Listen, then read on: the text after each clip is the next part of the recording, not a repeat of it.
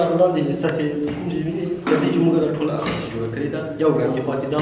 لرغون په علي جان د کندهار د میر هزار تاریخي جومات د رغونې د چارو مسلکي انجینر دی. نوموړی وایي د ستر امپراتور احمد شاه بابا د مهال دغه جومات چې تاریخ یې 250 کلونو ته رسیږي د لرغون پوهنې د معیارونو مطابق رغول کیږي.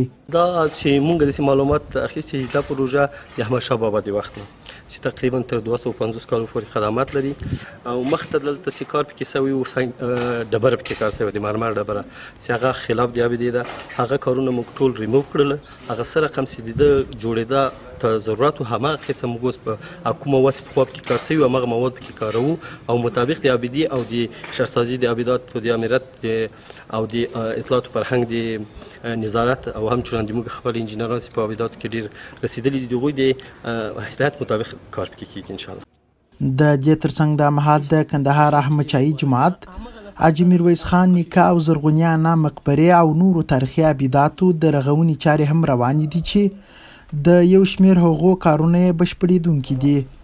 د کندهار د اطلاعات او کلتور رئیس حکمت الله افغان وایي د یو شمیر نورو تاریخي سیمو د رغولو او د قدامت معلومولو لپاره هم سربېګانې راپیل کړي دي. افغان وایي د ستر امپراتور احمد شاه بابا د کور د استملاک کارونه هم بشپړ شوي او ژر به یې رغونه پیل شي.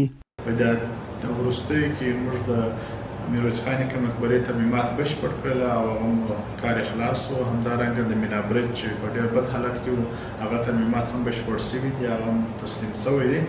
همدارنګه مو په دې نږدې وختو کې د زرغونیانو مقبرې ترمیمات را پیل کړي دي چې اوس یې فعلا هم ترمیمات جریان لري.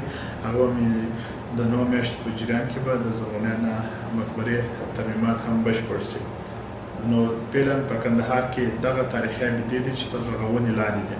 همدارنګه د ځینو تاریخي ابدو سروې روانه. د کندهار اوسیدونکي هم د تاریخي سیمو بیا رغونه د تاریخ په ژوندي ساتلو کې ګټور بولي. ما خپل د زړې جامع کار هم لیدلی دی ورغلی یم د تیغې جامع کار مې هم لیدلی دی او د میرویس نیکه د زیارت کار مې هم لیدلی دی او د احمد شاه بابا د کور کار هم وای شروع دی.